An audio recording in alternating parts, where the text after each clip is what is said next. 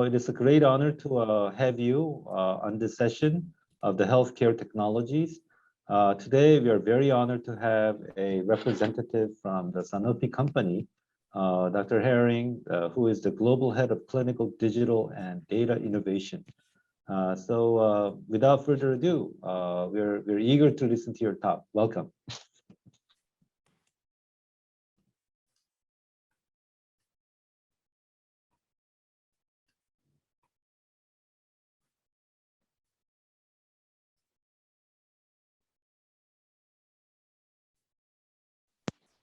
Yes, good afternoon. Do you hear me okay? Okay, good. So good morning for me. Good afternoon. Do you see my presentation in presentation mode, just to check, or do you see it in the power? Okay, cool. Excellent. Well, that was a super interesting talk. Thank you so much about the technology for critical care. I'm taking this topic to a whole new. You see my slide, eh? You see it in the presentation mode, just to confirm. Okay. So I want to talk about technology and digital innovations for clinical development in a pharmaceutical setting. So just a quick word on myself. I have a medical degree from the University of Maastricht. I've been a resident doctor in surgery and gynecology, obstetrics. Then I became an investigator in clinical research for drug development, especially focused on gynecology and obstetric indications. Before I became director for women's health in a CRO. I joined Sanofi, my current company, about 18 years ago as the head of local research units, and then I held different jobs in Sanofi. With all of this background, I spent my days focused on how can we leverage technologies for drug development, and how can we change the way we do drug development by leveraging what is happening. But a big part of my talk today will be about what is it that we can do, and what are the consequences of doing or not doing, and how do we actually integrate technology in the drug development that is, of course, a highly regulated setting. So I always like to think very simply about clinical trials. We have a drug, we have a medication that we want to develop that we think has an added value. We look for patients who need a treatment for a certain condition. We turn everything that we can into data, and then we try to make sense of the data and compile the data in a submission dossier that will then hopefully lead to an approval of a new product for a disease in the around the world. And this is extremely simplified, but in a way, I always go back to this because this is the core of what we do. We have a product, we need a patient, we turn into data, and then we understand what we're doing. Which for me, and it's not with any disrespect being an MD myself, but basically a patient is a data set on legs. And how do we capture the data? How do we capture the patients? And how do we extract the data that we want to get? And there's, of course, a lot of questions that we need to ask. We need to ask, what are the data that we want to know? What are the endpoints that we're looking for? What do we think drives really describes the disease? But then also, what are the patients that we're looking for? What type of patients? Where are those patients in the world? Because they don't sit in my corporate office in Paris or in Bridgewater. They don't sit in my home office here back in Amsterdam. I need investigators around the world to have access to these patients. And then how am I going to extract and collect the data that I'm looking for? So that's what I will focus on in today's talk. Always keeping in mind that when we are doing clinical development of drugs, we have, with our innovation, we have three main objectives. We want to maximize the value of each molecule that we have. Of course, we all know that 1 in 500, 1 in 1,000 molecules that are discovered actually make it to a meaningful drug on the market. And once we go through that process, it's very important that we know as much as we can about this molecule so that we can really use it for every patient where it makes sense. Of course, from an economic and a business standpoint, we as an organization want to have the highest productivity. We want to be a well-oiled organization. And because we are always dealing with patients, we really want to make sure that we respect the medical journey of a patient and his or her doctor. And that is what a lot of companies translate as patient centricity. I think that is yes, patient centricity is important, but in the end, our objective is the data centricity, is to get the data out. So that I like to refer to it as with the utmost respect for the medical journey of a patient and a doctor. And of course, one of the big changes that we're discussing here these days is the healthcare system of the past is not the same as the healthcare system of the future. And it is not only due to the pandemic. Long before, we could see that within the normal medical care, patients and doctors use a lot of technology, and we are working towards, I think, a whole digital healthcare system where there is opportunities for continuous monitoring. There is basically, I call it care everywhere. Healthcare will be delivered and is being delivered close to the patient's home, not necessarily to where the doctor sits, but where the patient spends most of their time. Long gone are the days that patients say yes, yes, yes to everything the doctor says. Patients have more knowledge. Patients also have a lot more knowledge about themselves. Patients will be able to manage their own well-being and their own healthcare because they have more data and more access to data. And with all of that, the enterprises that deliver health will be really needs to be data driven and will need to leverage the technology to monitor and deliver healthcare in real time. And I've just put a few examples here, but things like connected care, that a GP can take do an ultrasound or take ECGs, EKGs that are then analyzed in a hospital by a specialist is of course already long practice. Can we use the places where the patients do their grocery shopping or their drugstore to also do healthcare delivery? All kinds of things are changing the way the healthcare system works. So combining that, I would like to focus this morning on three questions. So when we think about innovation in clinical development, what are the questions to ask ourselves at which time points in the planning? How can we leverage digital innovations for strategy, but also for operations and for patient engagement to optimize our clinical development? And then, of course, something that my chief finance officer is also always very interested in: how do I measure the impact that all these innovations have? Because of course there is an investment that I'm asking, and he says, okay, but what does that really bring us as a company in terms of productivity, pace, and patient engagement? So with that background setting, I'd like to move to the questions that we ask.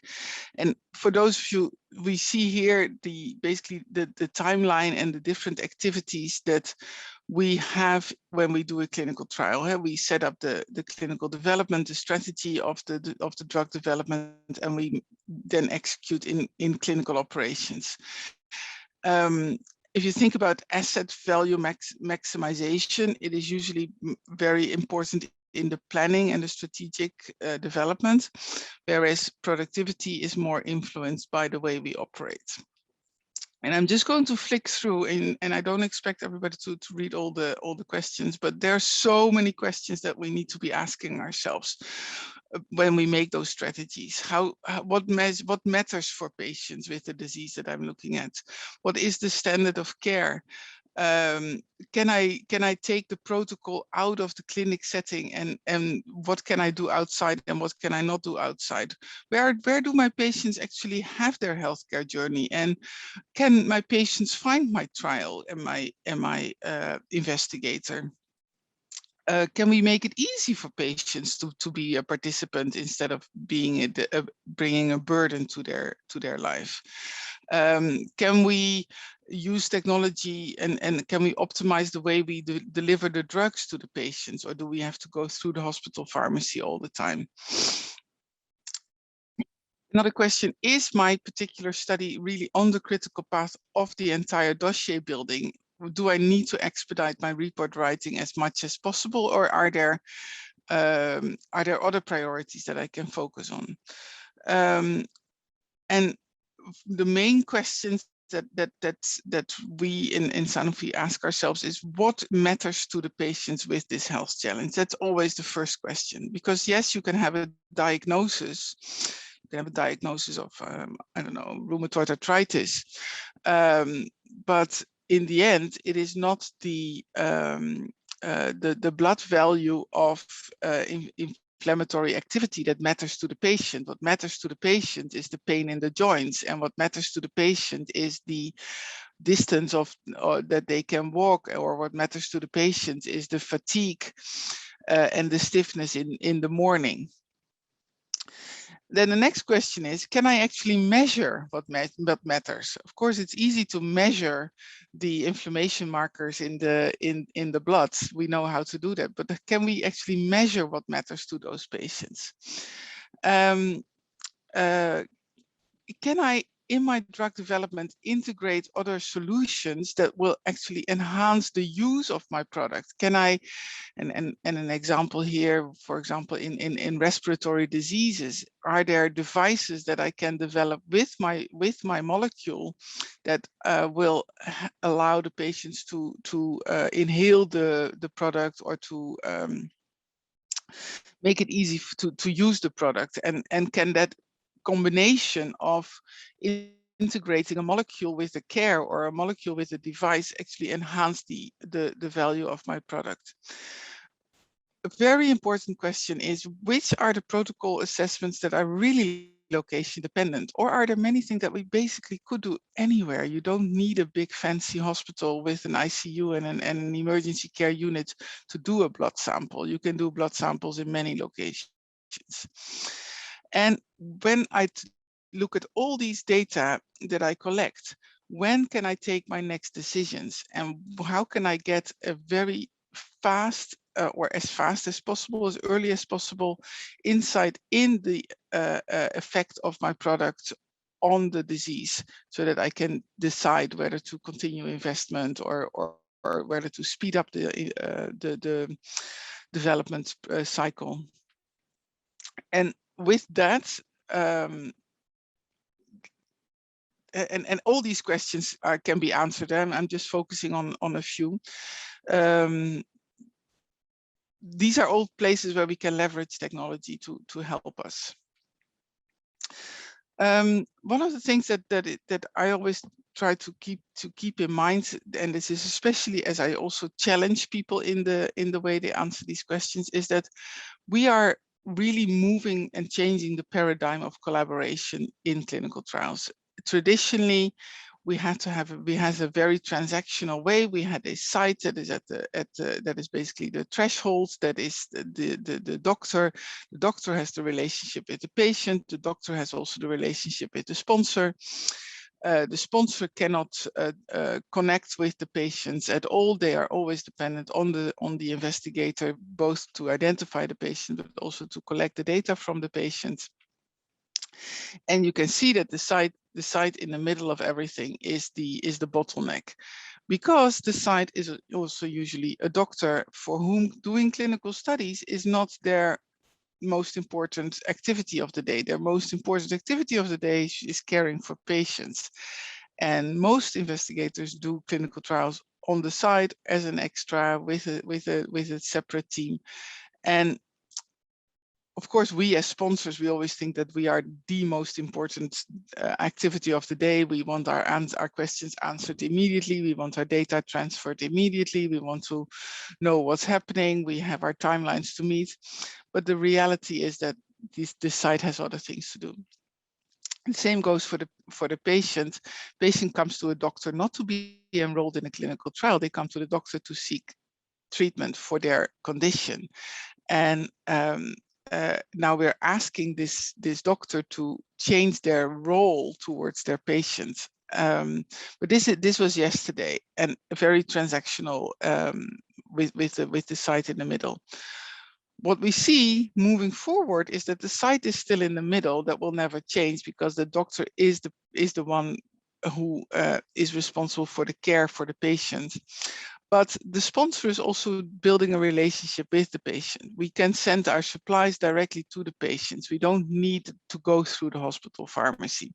We still need the green light. We still need the investigator to approve, and that doesn't go away. The investigator is still responsible, but we don't need a physical location of a hospital pharmacy. Same goes for the other way around, for the data that are collected. We don't need the data to go through the hands of the investigator. We can collect data directly from the patient into our own database. What is critical again is that the investigator knows what is happening to his or her patients and green lights the data that are collected. But this image that the site will no longer will be the critical partner in the middle, but no longer be the bottleneck or the funnel or the time limiting partner in this setting is a big change. So if we go back to all those questions that I asked, there's of course for all the questions there's also solutions. There is ways we can design our protocol. There is language that we can use to make our protocols more flexible.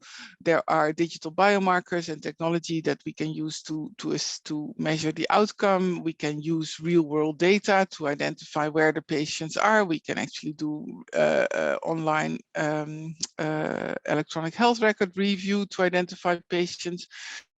We want to move our support to a site from a phone call to apps and other digital ways to support. We can do trial visits at home or in other locations. We would need to make sure that we have a technology platform that will actually support the patient-generated data exchange. That again, we don't need to go through the hospitals. We want to be able to look, and we can, at our data in real time. And not only we as sponsor, but also the investigator can look at the data in real time. So when they send the patient home with a product, they can actually see what is happening. We can use data analysis to identify risks that we'll have to look at. We can use natural language generation for report writing. So there's all these solutions that technology can bring in these optimization questions. One of the things that, of course, many people talk about are wearables in clinical trials. We all, I don't know if all, but a lot of us have wearables. I mean, I have my wearable that tells me how many steps I take and how well did I sleep. And I didn't have I had a good sleep, but not a long sleep today. And of course, if you think about the patient as a data set on legs, wearables are perfect because we cannot get any closer to the patient than with a wearable. We can get on their skin. We can sometimes even get under their skin. So this gives us endless possibilities to collect data from patients. And really, there is no geographic limit. You can have wearables are used all around the world. And as I said in the beginning, this is very much in line with the trends in the healthcare industry. itself, where we know more and where we follow patients closer. So the real question that I get asked a lot, and both internally and externally, what are we waiting for? Why don't we hook all these patients up to a Fitbit and an Apple Watch and a connected device and a sleep measurement? And what are we waiting for? And I'll go a bit into that. We identify 3 categories of use for wearables. Of course, the most important in a way is the general safety monitoring, that we can send a patient home and still keep an eye on them. As I said in the beginning, it allows us to assess disease-specific parameters. And going back to the rheumatoid arthritis patient, this would help us assess the number of steps per day, for example. And in a way, it will help us quantify the quality of life. And in the end, that is what I think most patients and doctors are always aiming for, to treat a disease, but to improve the quality of life. And yes, we do questionnaires, we do diary cards, but are there actually quantifiable things? Is the number of steps that the rheumatoid arthritis patients can take, does that say something about their quality of life?